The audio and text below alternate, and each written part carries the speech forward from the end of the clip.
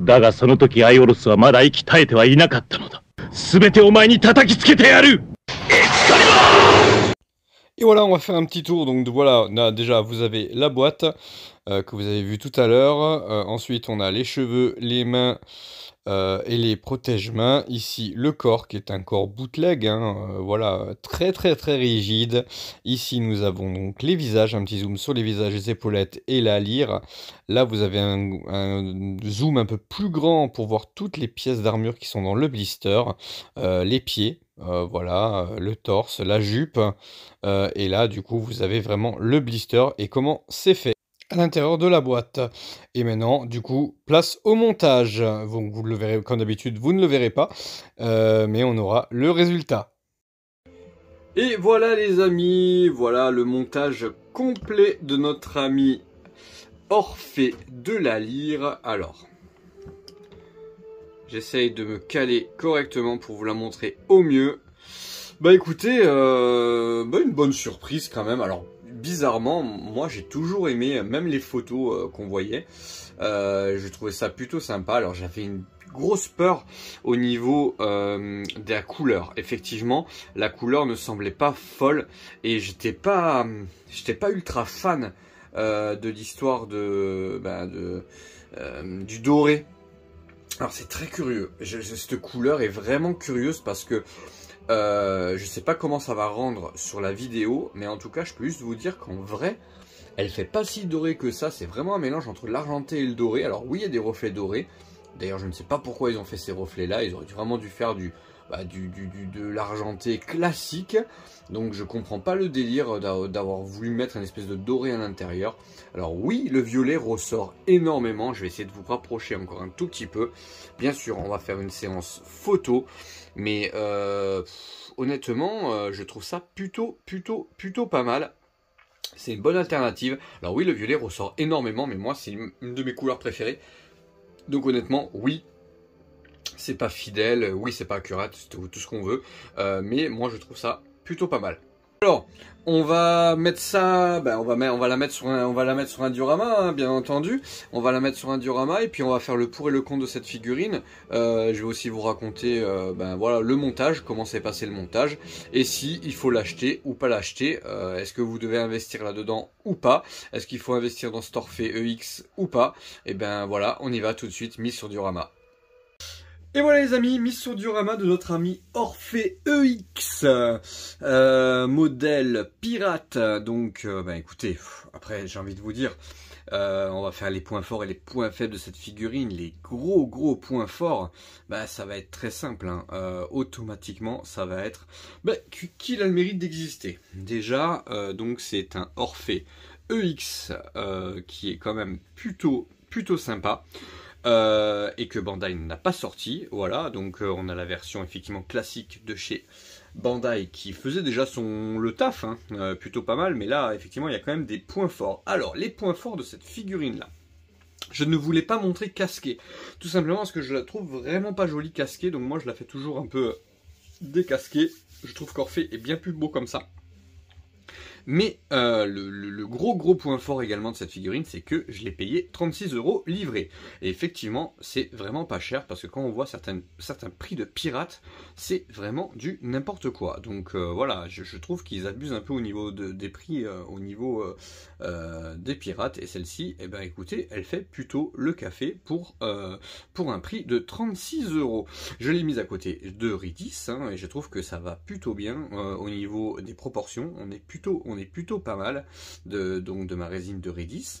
Voilà, au niveau des points forts, alors moi j'aime beaucoup la couleur violette, je sais qu'elle est beaucoup décriée, mais j'adore cette couleur là, je trouve qu'elle se marie plutôt bien, et honnêtement, je trouve que quand on l'a entre les mains, il y a moins ce côté doré qu'on pouvait voir sur certaines photos, donc je suis plutôt content. Point fort également, je trouve que les chevelures, le sculpte des chevelures est plutôt pas mal, donc c'est plutôt bien fait.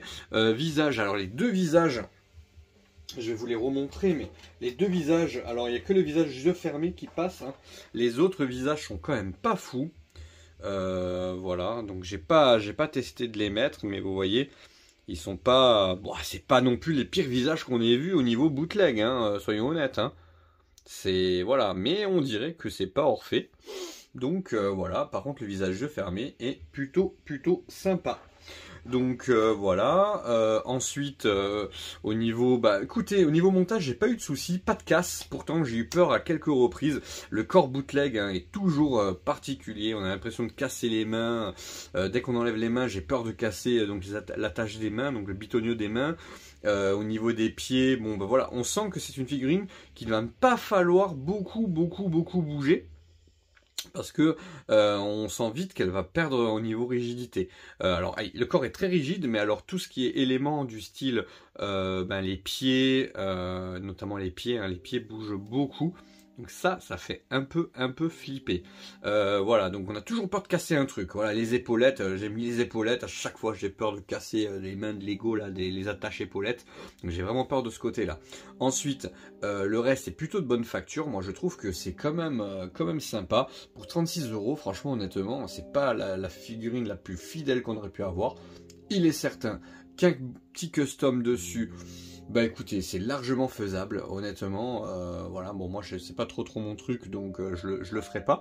Mais je trouve que c'est tout à fait, si quelqu'un, je sais qu'il y en a un bon nombre qui sont plutôt bons au niveau custom, donc c'est plutôt faisable pour moi de faire un petit, voilà, de rendre un peu plus argenté, d'atténuer un peu le violet, c'est tout à fait possible. Par contre, tout le reste c'est quand même plutôt sympa et il va très bien aller, il va aller plus que bien même avec du coup mes silver.